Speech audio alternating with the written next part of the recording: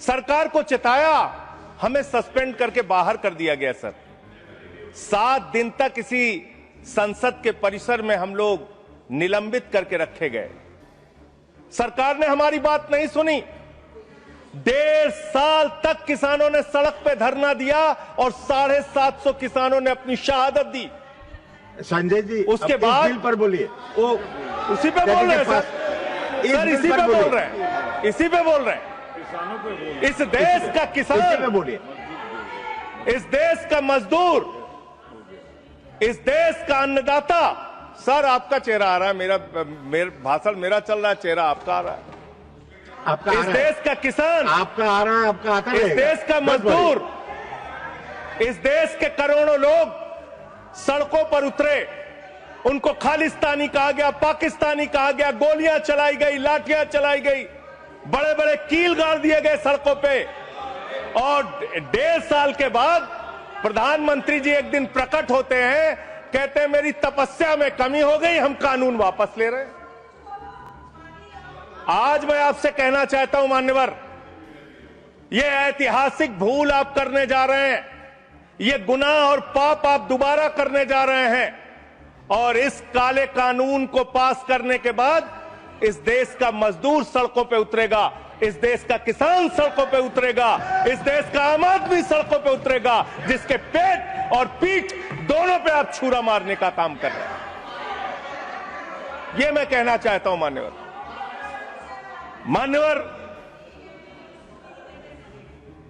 मान्यवर, यह बिल किस मंशा और उद्देश्य के तहत लाया गया है? इस बिल को आपने कह दिया जी राम जी बिल है, जी राम जी बिल है। भगवान श्री राम का नाम लेके कितना गुनाह आप अपना छिपाना चाहते हैं, कितना गुनाह छिपाना चाहते हैं? राष्ट्रपिता महात्मा गांधी से आपको क्या समस्या है मान्यवर? अरे वो राष्ट्रपिता महात्मा गांधी इतने महान है, इतने महान है, इतने महान है कि दुनिया के 80 देशों में उनकी प्रतिमा लगी हुई है मान्यवर, 80 देशों में। और जब G20 का सम्मेलन हुआ, दुनिया के तमाम राष्ट्राध्यक्ष आए, दुनिया के तमाम प्रधानमंत्री और राष्ट्रपति आए, तो भारत के प्रधानमंत्री को मजबूर होकर उसी राजघाट पर महात्मा गांधी के सामने सर झुकाना पड़ा। वो गोलवरकर की समाधि पे नहीं गए, गांधी की समाधि पे गए। वो गोडसे की समाधि पे नहीं गए, गांधी की समाधि पे गए मान्यवर। राष्ट्रपिता महात्मा गांधी जो राम राज्य की कल्पना करते थे,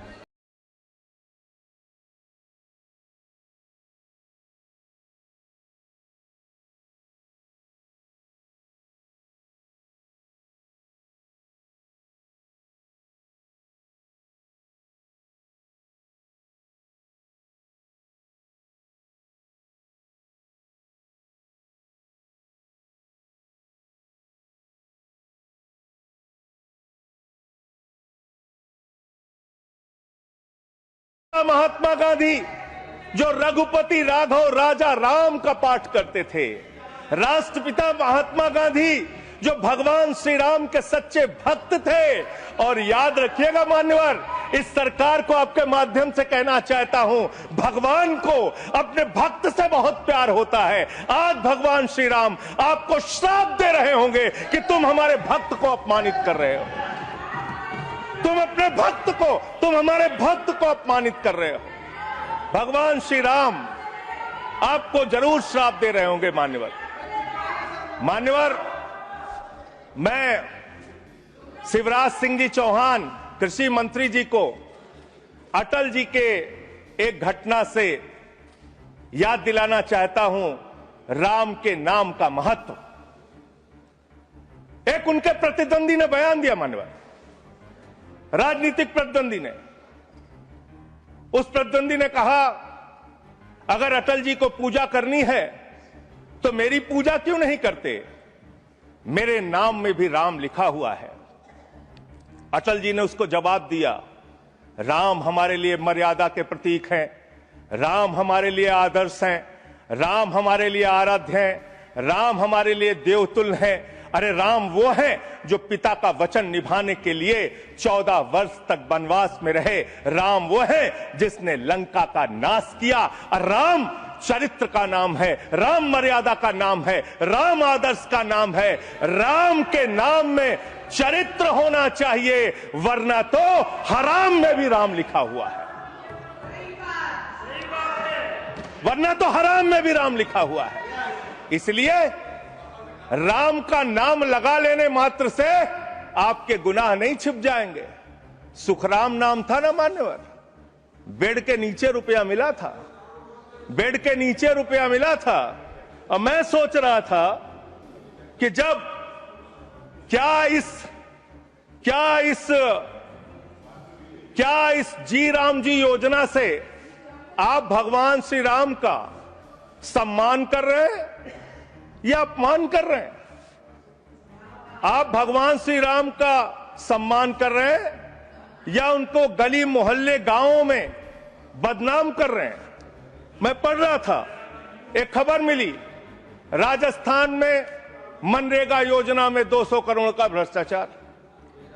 मैंने पढ़ा गुजरात में 500 करोड़ रुपए का भ्रष्टाचार। ये सारे कागजात हैं। मैंने पढ़ा उत्तर प्रदेश में मनरेगा योजना में मजदूरों के नाम पे हजारों करोड़ का भ्रष्टाचार। हरियाणा में मान्य हजारों करोड़ का भ्रष्टाचार। सर योजना पे बोल रहा हूँ, सर योजना पे बोल रहा हूँ। सारा कागज चाहिए आपको, इनके भ्रष्टाचार का कागज चाहिए सर दे दूंगा, इनको दे दूंगा। लेकिन अब मैं सोच रहा था कि अब अगर चर्चा होगी तो क्या चर्चा होगी? लोग क्या कहेंगे? अरे भाजपाइयों ने जी राम जी योजना के तहत 1000 करोड़ का भ्रष्टाचार यूपी में कर लिया। अरे भाजपाइयों ने हरियाणा में 500 करोड़ रुपए का भ्रष्टाचार जी राम जी में कर लिया। अरे भाजपाइयों ने महाराष्ट्र में जी राम जी के नाम पे करोड़ों का भ्रष्टाचार कर लिया। हाइपोथेटिकल बात कर रहे हैं। भाजपाइयों ने गुजरात में तो क्या बोलूं सर? क्या आपत्ति है इनको सर? क्या बोलूं? जी राम जी ना बोलूं सर? अब तो गुजरात में सैकड़ों करोड़ का भ्रष्टाचार भाजपाइयों ने जी राम जी के नाम पे कर लिया। पूरे देश में गांव में बिल पास नहीं हुआ विधायक है। इनके बीजेपी के विधायकों ने जी राम जी योजना में भ्रष्टाचार कर लिया। तो ये आप राम को सम्मान दे रहे हैं कि राम को अपमानित कर रहे हैं? आप राम को अपमानित कर रहे हैं। अरे बैठ जाओ, चंदा चोरी की है तुम लोगों ने, बैठ जाओ, चंदा चोरी की है तुमने भगवान श्री राम के नाम पे चंदा चोरी की है। बैठ जाओ, में नहीं जाएगा। बैठ जाओ। It's not going on. मान्यवर देखिए हमारा समय खा रहे हैं सर ये लोग। मान्यवर एक लाइन मुझे याद आती है, इस बिल को पढ़ने के बाद। मेहनत तो करता हूं फिर भी घर खाली है बाबूजी। मेहनत तो करता हूं फिर भी घर खाली है बाबूजी। मिट्टी के कुछ दीपक ले लो, दिवाली है बाबूजी। मिट्टी के कुछ दीपक ले लो, दिवाली है बाबूजी। गरीब रूल बताइए। ऑर्डर 110 110 एक मिनट 110 ऑर्डर सुन लेते हैं। It is a right of the member. Yes, it is the right. You are bringing everybody who is coming on the bail and he's asking all the things. No.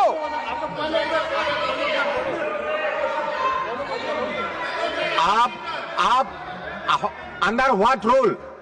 अगर bill के साथ या bill से related नहीं है वो record में नहीं जाएगा। मैं यही कहना चाहता हूं, kindly refer the scope of the debate. He is crossing, Honorable Vice Chairman Sahab, he is crossing all the limits. There is no mention, either he should speak against the bill or in favor of the bill. पहले उनको दे। मान्यवर बैठिए, either he should speak in favor of the bill or he should speak against the bill. He is not speaking against the bill, he is speaking against the Ram. What? How you can expect that we will agree to it? Role बताइए, role